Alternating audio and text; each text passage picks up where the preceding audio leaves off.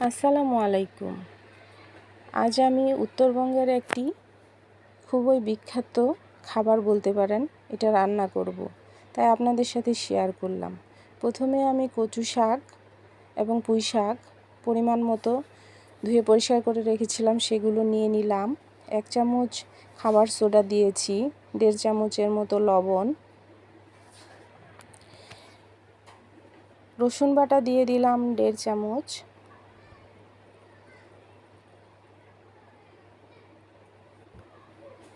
এখন আদা বাটা দিয়ে দিব 1.5 চামচ,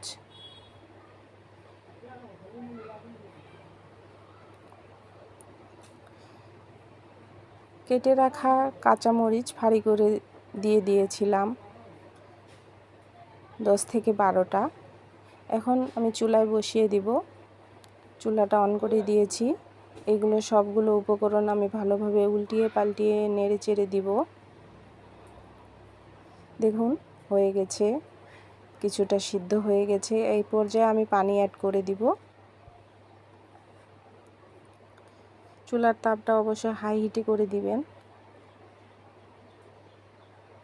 কিছুটা পরিমাণ পানি দিয়ে দিলাম সিদ্ধ করার জন্য। এখন আমি ঢাকনাটা লাগিয়ে 4 থেকে 5টা হুইসেল দিয়ে দিব। এই খাবার রান্না করা খুবই সহজ, তবে এটা উত্তরবঙ্গের মানুষের খুব পছন্দের একটা খাবার। সিদ্ধ হয়ে গেছে, এখন ভালোভাবে আমি ঘেঁটে দিব যতক্ষণ না পর্যন্ত শাকগুলো। এখন আমি ডাল ঘুটনি দিয়ে ভালোভাবে নেড়ে চেড়ে দিব যতক্ষণ না পর্যন্ত মিক্সড হয়, ততক্ষণ পর্যন্ত অনবরত নাড়তে থাকব। দেখুন হয়ে গেছে। এই পর্যায়ে আমি পরিমাণ মতো পানি অ্যাড করব, খুব বেশি পাতলা করব না, যেটুকু প্রয়োজন ওই অনুপাতে আমি পানিটা অ্যাড করে দিব।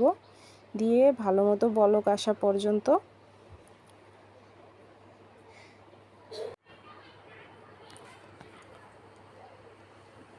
দেখুন ভালো মতো বলক চলে এসেছে, আমি নামিয়ে নিয়েছি।